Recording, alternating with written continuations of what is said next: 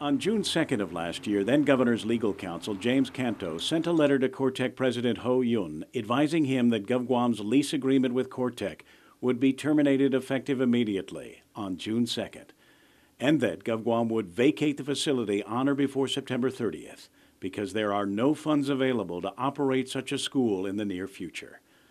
The decision to terminate, however, was rescinded, even though there are still no funds available to pay for leasing CORTEC's temporary Tizen campus. And GovGuam has signed a lease agreement promising to provide $5.145 million in tax credits to CORTEC each year. It's a deal opposed by Appropriations Chair Senator Ben Pangilinan, who points out that tax credits given to CORTEC must now be subtracted from the tax revenues that budget planners had expected to be paid by CORTEC. Credit is CORTEC owes the government of Guam, and let's say it owes taxes of $10 million based on its gross revenues. And so it pays a monthly GRT based on its collections.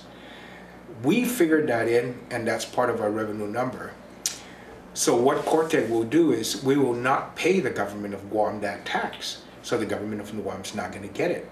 So it is a deduction on the revenue side, which means that we're going to be short. The agreement commits GovGuam to providing that $5 million annual tax credit for the next 12 years until 2024, which would total $60 million for the life of the lease. Based upon what I heard you say, that will reduce GovGuam revenues by $60 million?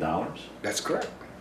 Over the next 12 years? Over the next 12 years. Think of what we could do in terms of repairs to DOE facilities with $60 million. However, GovGuam would pay more than double if they exercise the option to buy in this new lease agreement. The purchase price is listed as $43.5 million, but when it's all over, the actual price Guam taxpayers would be in hock for would be $125 million. And at a time when a 30-year fixed-rate mortgage for a home is under 4%, this revised lease agreement requires that CORTEC finance the purchase price at an interest rate of over 7%.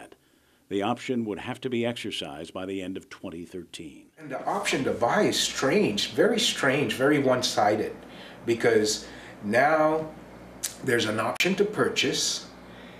CORTEC must finance the purchase at 7.19%. So it means that if we exercise that option of $45 million to buy industrial property and 50-year-old barracks, that means that we will end up paying $125 million.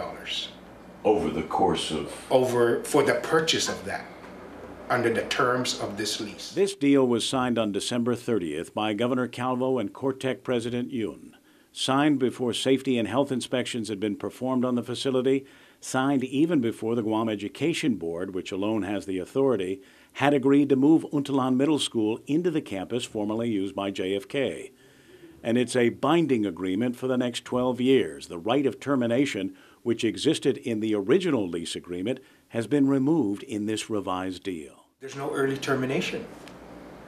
Again, it is so one-sided that it's almost as if, CORTEC was negotiating with itself.